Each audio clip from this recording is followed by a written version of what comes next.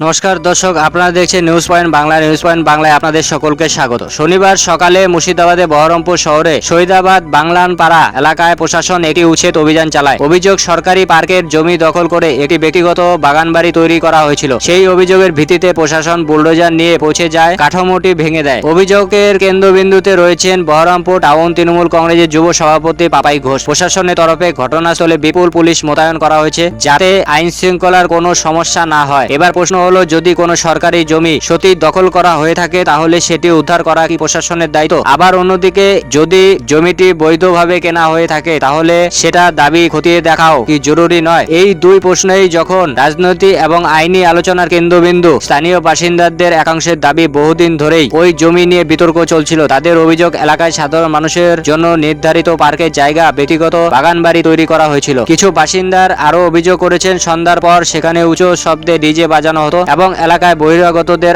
আনাগোনা বাড়ত। তবে এই অভিযোগগুলি স্বাধীন যাচাই আমরা করতে পারিনি। অন্যদিকে অভিযুক্ত নেতাদের পরিবারের বক্তব্য সম্পূর্ণ ভিন্ন। পাপাই ঘোষের মা দাবি করেন প্রায় 10 লক্ষ টাকা দিয়ে জমিটি কেনা হয়েছিল। তার অভিযোগ, এটি রাজনৈতিক প্রতিহিংসার ফল। তিনি আরো জানান, ওই বাগানটিতে তার পুত্রবধূ জন্মদিন উদযাপন প্রস্তুতি চলছিল। আলো দিয়ে সাজানো হয়েছিল গোটা এলাকা। সেই অবস্থাতেই প্রশাসন এসে সব ভেঙে দেয়। এখন প্রশ্ন উঠছে, এই অভিযানের আগেই কি সমস্ত আইনি প্রক্রিয়া সম্পন্ন করা হয়েছিল? নোটিশ দেওয়া হয়েছিল? আপত্তি জানানোর সুযোগ দেওয়া হয়েছিল? এই বিষয়গুলির উত্তর সরকারি নথি এবং প্রশাসনিক প্রক্রিয়ার উপর নির্ভর করবে। ভারতের বিভিন্ন রাজ্যে গত কয়েক বছরে সরকারি জমি দখল বা অবৈধ নির্মাণের বিরুদ্ধে বুলডোজার অভিযান বহুবার আলোচনায় এসেছে। তবে সমর্থকদের মতে অবৈধ দখলমুক্ত করে দ্রুত প্রশাসনিক ব্যবস্থা নেওয়া দরকার। সমালোচকদের মতে প্রতিটি ক্ষেত্রে আইনসম্মত প্রক্রিয়া, নোটিশ এবং আদালতের নির্দেশে গুরুত্ব রয়েছে। এই ঘটনাও একই ধরনের বিতর্ক সামনে এসেছে। তবে বহরমপুর ঘটনায় প্রশাসনের আনুষ্ঠানিকভাবে লিখিত বিবৃতি এখনো সামনে আসেনি। তবে অন্যদিকে পাপাই ঘোষের পক্ষ থেকে বিস্তারিত প্রক্রিয়া প্রকাশ্যে আসেনি। ঘটনার পর এলাকার পুলিশ মোতায়েন রয়েছে এবং পরিস্থিতির উপর নজর রাখা হয়েছে। এই ঘটনা শুধু একটি বাগানবাড়ি ঘটনা